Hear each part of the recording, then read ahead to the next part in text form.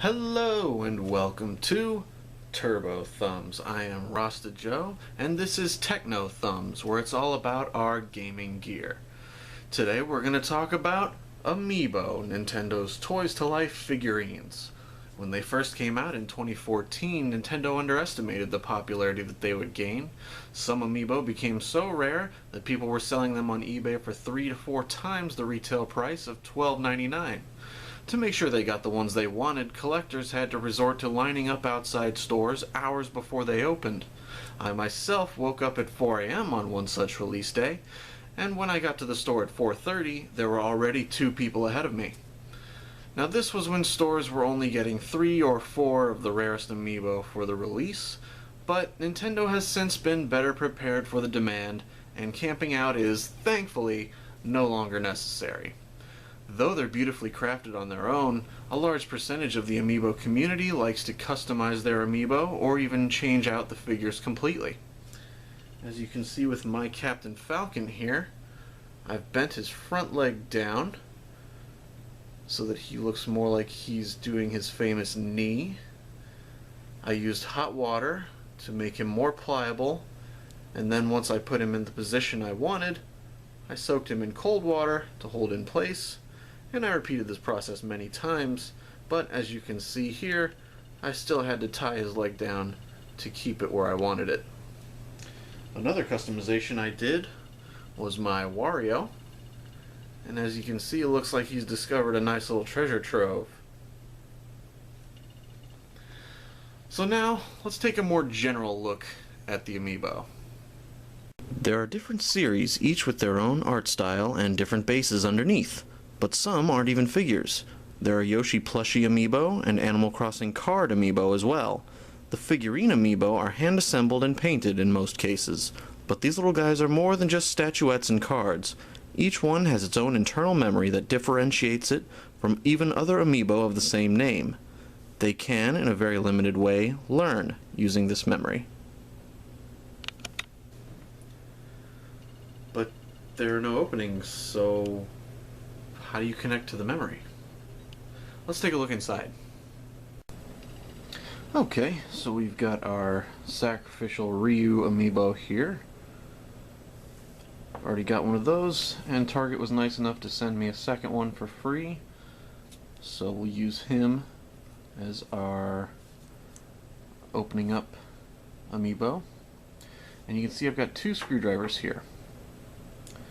Now, the reason I have 2 is because if you look on the Amiibo here, the gap between the gold plastic and the black plastic is very small. Very, very small. So the first screwdriver, and as you can see, I've already worked on this one a little bit here. You can see there's a little bit of damage. Not terrible, not super noticeable, but if you're really looking at it, you would notice it.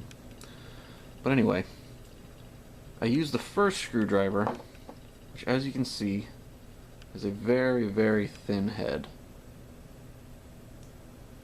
Okay, I used it to make a slightly wider opening in that gap so that we can use this screwdriver, which is a little thicker and stronger, to actually get the Amiibo open.